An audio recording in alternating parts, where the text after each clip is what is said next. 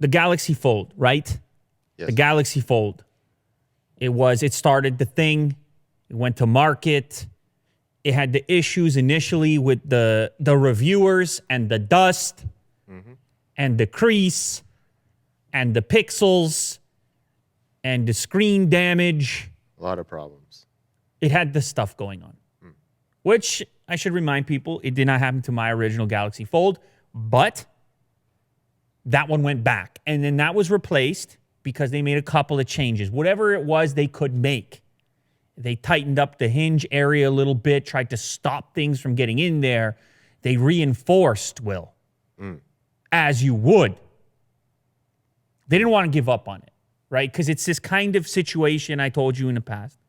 It's this kind of situation where you have this new technology, the ability to fold a display.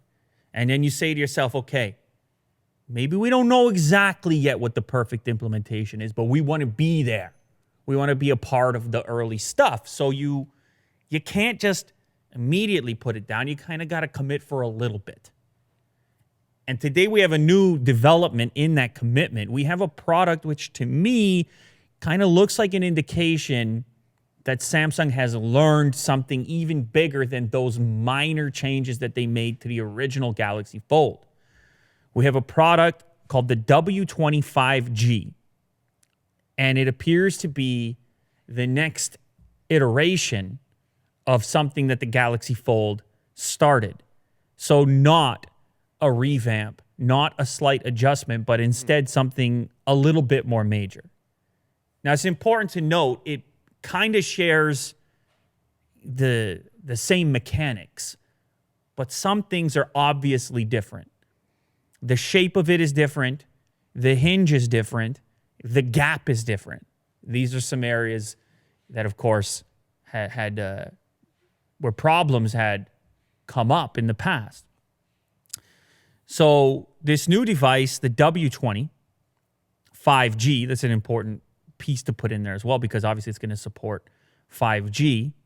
It popped up thanks to our pal Ice Universe.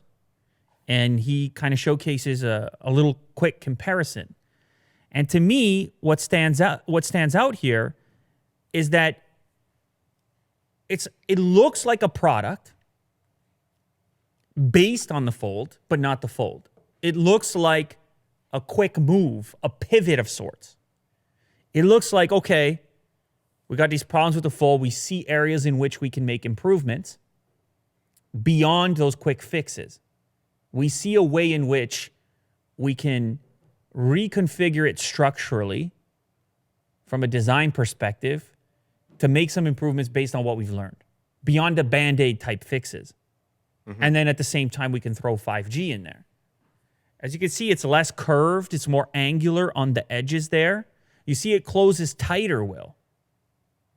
There's less of it looks less like you're squeezing a sandwich or something. I mean, I don't recommend you squeeze your sandwich. It looks like the old one looks like a wedge. Oh, there it is. That's the word. A wedge. Yeah. A wedge, a little ramp to it. You could wedge your door open with the old one. The new one, it almost looks like it's closed flat. More like a sandwich, actually. Yes. That is what you want your sandwich to look like. You don't want a lopsided sandwich. No. This looks more like a successful sandwich. You ever had a grilled cheese or something? Oh, yeah. Yeah. We had a discussion the other day if you can put tomato on a grilled cheese or not. I think it's fine. You think so? I think it's fine. Kirk's shaking his head no. So anyway, don't put a tomato on your Galaxy Fold. I don't recommend it. Although the W20 5G might be engineered for such a purpose. Yeah, it's got IP rating. It's got tomato rating. As for the W20's internals, Samsung will upgrade the Snapdragon to the 855 Plus. Little tiny boost there. It's still going to have the 12 gigs of RAM, 512 storage. The battery shrinks a little bit, like ever so slightly, which is strange, but I guess it's to match the new slightly slimmer form factor. It's going to be 4235 milliamp hour rating, which is down from 4380. So kind of insignificant, but yes, it's down. We can see the image here that Will's showcasing. The whole thing just seems a bit tighter. Just seems a bit tighter to me. Now, the important thing to mention, this is set to go on sale in China. So there's not really a lot of information as to whether or not this is a replacement for the Galaxy Fold, and why it is as well, Will, that you would avoid Fold D branding altogether. Yeah. You just why go for the W20. Yeah. Why? W20. Oh, it's just another phone. It's just a W20 release. Come on. You got something cooler than that going on. So do you think this is like a soft launch or something? You know what I think, Will? I think Samsung is kind of backing off a little bit. They're saying to themselves, look, the thing happened with the Fold. We're invested in the idea of it, but we also understand that it's going to be a process. So we're just going to call it W20 because we make so many phones anyways. W series, whatever. Maybe they keep going with the W thing. You got the S, you got the Note. Maybe W. Is like their new line. Maybe it should have been V, though, because of, the folding. Oh, yeah. Yeah. But I don't know. Who am I? They've had W's before. They've probably... You're Samsung. You use every letter in the book at this point. Yes. Galaxy, The A, J's, B, C, D. The M's. There's a lot of them. You know me. It's actually a good idea to launch it in China. I mean, the Mate X just launched and it got sold out, right? Okay. So you think there's an appetite. Is that what you're saying? I think so. All if right. the Mate X is successful, Will he do? Ming Chi do. Ming Chi do. Whoa, easy today. That's a little much. Yeah. Why are you feeling... What are you... That just came up. Why are you feeling so good today? Yeah. Well, I had a coffee. You did. You did, didn't Free you? coffee. What? Shout out Starbucks. Free? Yeah, I went in with Otis, and they wouldn't let me in with Otis. So they're just like, oh, what are you taking? I was like, okay, I'll have a coffee. And then they brought it out. I was like, I wanted to pay, but they were just like, no, I got you. Shout out Starbucks. It's not an ad. Are you getting some kind of celebrity treatment out there in the world? Well, no, it's just a dog thing. You're saying Otis is the celebrity out there? I don't know. Is that guy a fan? Yeah, don't downplay it, Will. They know Kirk. You're out there in the world. You're taking special treatment these days. You're a different guy. I don't know you anymore. Yeah, I'll always request. You're just a out here trailer. demanding free coffee. You're like, I got the dog, so figure it out. Yeah.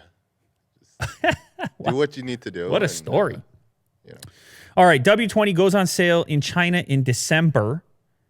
And possibly after that, this upgraded device could show up in the US and UK. We'll see what happens. But maybe that's the case. Maybe you put it out in China and it's kind of like a soft launch. It's kind of like a trial run. Mm-hmm. And all of a sudden, this one does better. You see less units coming back that have some sort of durability issue, or you get a sense for the customer satisfaction, at which point you then say to yourself, let's roll this baby out. We think we've cracked it a little bit better than the initial version. The Fold always felt to me like a beta sort of device, like a trial run. As soon as I held it, it just had that feeling to it, Will. Like it was just a step in the eventual place. Like a lot of technology products. I've used plenty of technology products over the years, which they have that kind of vibe to them. Very ambitious. Yeah, you just feel like you're on the fringe. Yes. And you're kind of being careful with it because you recognize the fringiness of the engineering. So I always expected it to be short-lived in that form factor, that they would quickly move on and learn a lot from putting the device out into the world.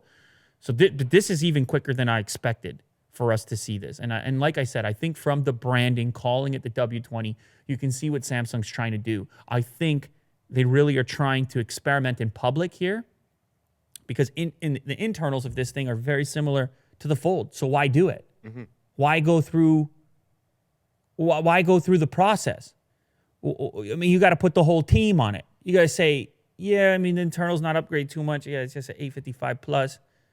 But I want you to totally reconstruct the thing. You got to have a reason. So they obviously think it's better. So I'm curious to check it out if I get the chance. Do you like the fact that they kept continuing? Yeah, on this absolutely. project? I'm not one of these people. Look. This stuff is hard, man.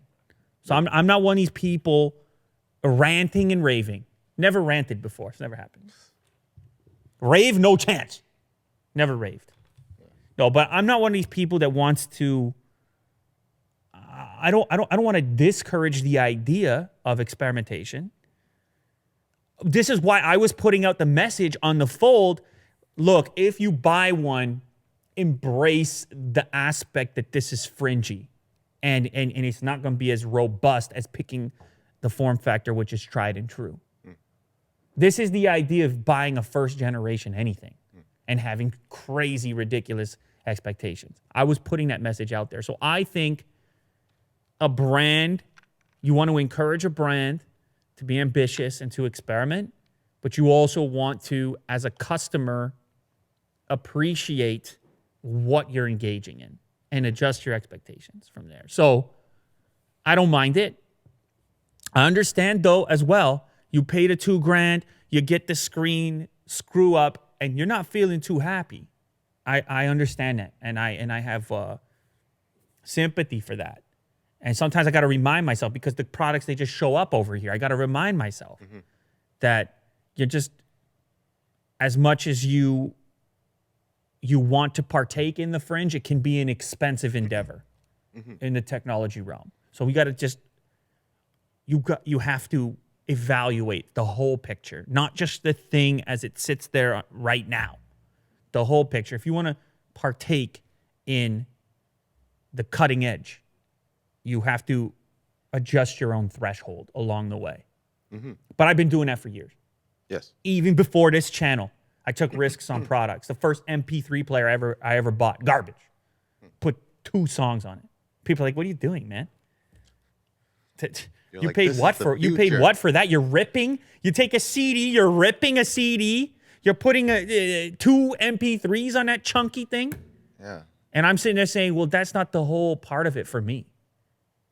For me, it's also an experiment. It's an experiment for the manufacturer. It's an experiment for me, the user. So I embrace the fact that it ain't perfect yet. That's okay." That's the message I want to put out, at least. I haven't always done the best job of that, but that's the message I feel is important. Right on. As a big picture.